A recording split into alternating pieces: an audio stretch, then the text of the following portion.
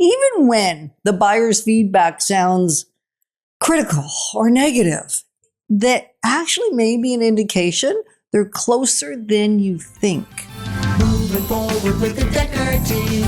Moving forward together with the Dekker team. We are delighted that we've created for you free access to to actually 741 Life's Inside Track episodes, where we share insider tips, making house, home, building wealth wisely through real estate. And the great news is you can get access to them anywhere, anyhow, anytime, basically. Mm-hmm. So go on over to the Dekker Team YouTube channel, Dekker Team YouTube channel, if you haven't already subscribed, and then you'll get them as soon as they come out. This is one of those we've been saying in segment A, difficult conversations, because feedback, we want it to make us feel good as sellers. Yeah, I think it's, I was thinking earlier that this is not specific to real estate. This is human nature, that when we get feedback, if it seems to be critical, there's several things we can do, right? We can defend, we can protect ourselves, or we can go, oh, maybe that's a blind spot. Maybe that's something that I need to look into, right?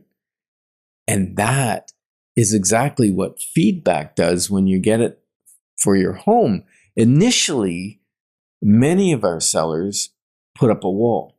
They want to deflect it. They want to defend the way they live. They want to defend the home that they have. They want to defend that they didn't have money to upgrade it. They didn't have whatever. It becomes offensive. And when it's offensive, you defend. But when you think of it as open communication, and there's a message for me to learn something from, then you have a different posture. And if we don't take it emotionally, which is hard to do, to not take it emotional, because we did do the upgrades. We did finish the basement. We painted it ourselves. We paid somebody to do a ton of work. We upgraded the backsplash. Like, we did all these things potentially that then aren't received by a particular buyer because it just isn't exactly what they were looking for. Or like you said earlier in the previous segment, that item, they like it. So they're not giving feedback on that. Right. What they're picking on is what didn't get renovated or what didn't match their color palette, or they don't like the color of the carpet or something like that.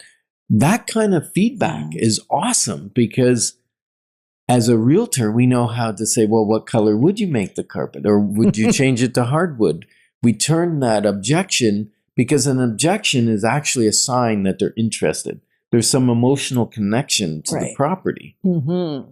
That's a positive signal. It's a great thing. And as a matter of fact, we had a client at one point, and I love sellers that are open to hearing the feedback and making adjustments. And this particular one, they didn't like the lighting, they didn't like certain aspects.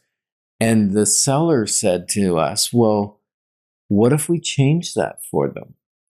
And in a matter of, a couple $1,000s, it made the house exactly what that buyer wanted. And they were willing to pay actually more than that seller would have had to adjust otherwise, if they hadn't made those small changes for that particular buyer who liked their home. Right.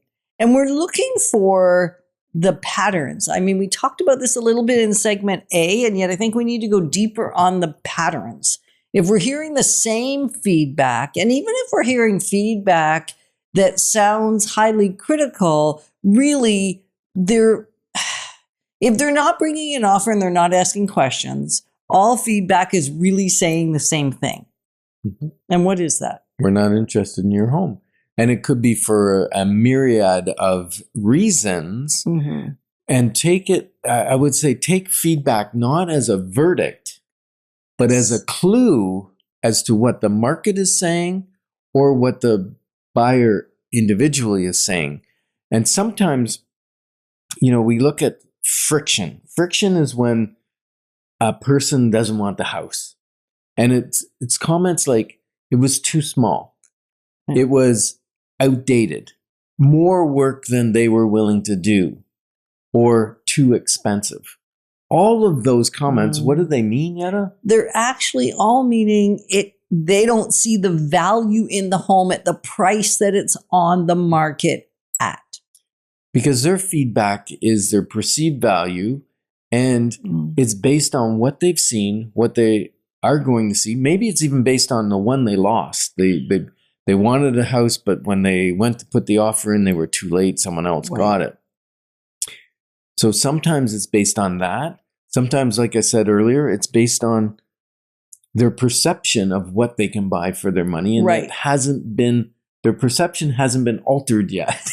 And it will be, potentially, if the home is priced where it ought to be. And when somebody loses the house that they wanted, Ken just touched on that for a minute, and I'm going to stop here and put like a little marker here. That house almost always becomes better in their mind's eye than it really was. So not only are you competing or being compared to the other homes on the market, you're being compared to the one that got away that now is more extravagant and wonderful and fantastic than it actually ever was, because that's what loss can do to us. So there's a lot of things to consider, and what we're attempting really to do here is diffuse the situation before there's a situation that doesn't need to be even a situation. I'm not sure what you're trying to say there. What I'm trying to say is when we get the emotions in the way, we can't see the patterns. We can't see what's really being communicated. And no feedback is also communication, because they didn't even feel they had the time needed to really, it wasn't even a consideration. There was no emotional connection. And when there's no emotional connection, they're just making stuff up even if they give you something. Well, there's no clarity as to why they don't like it.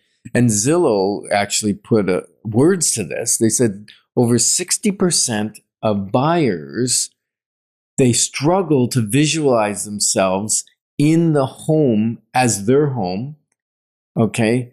Because if it feels outdated, or if it feels cluttered, or the purpose of each room is unclear, you have too many things going on in a room, those things confuse a buyer, and then it's hard for them to give feedback at all. Right. And then if they give some, it doesn't even make sense to you. Sometimes that can happen. Really, we want you to be able to know that you can pick up the phone, ask for a clarity call. If you're thinking you want to sell, and this whole thing has brought up emotions from the last time you sold, you thought, I don't want to go through this again. Well, then let's have a conversation up front so we can diffuse the frustration before there is any, because there doesn't really need to be any.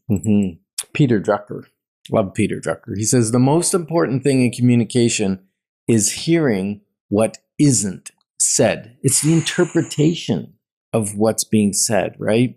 And we're glad that we can be clarifying your options, because when your options are clear, your wisdom will flow. And as we learn in the next segment how to listen to the patterns and not take it personally, we're going to get some valuable insight that we all need if we're receiving feedback of any kind. Moving forward with the Dekker team. Moving forward